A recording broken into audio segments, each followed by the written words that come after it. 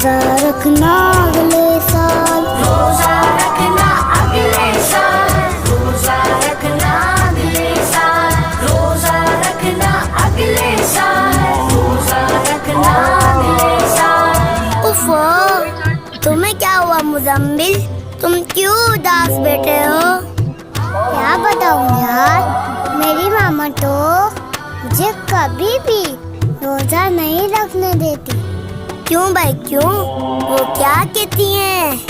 मेरी मामा कहती हैं, जिन्हें बड़ा और तुम हो छोटे, मान भी जाओ ना मेरे बेटे। भूख लग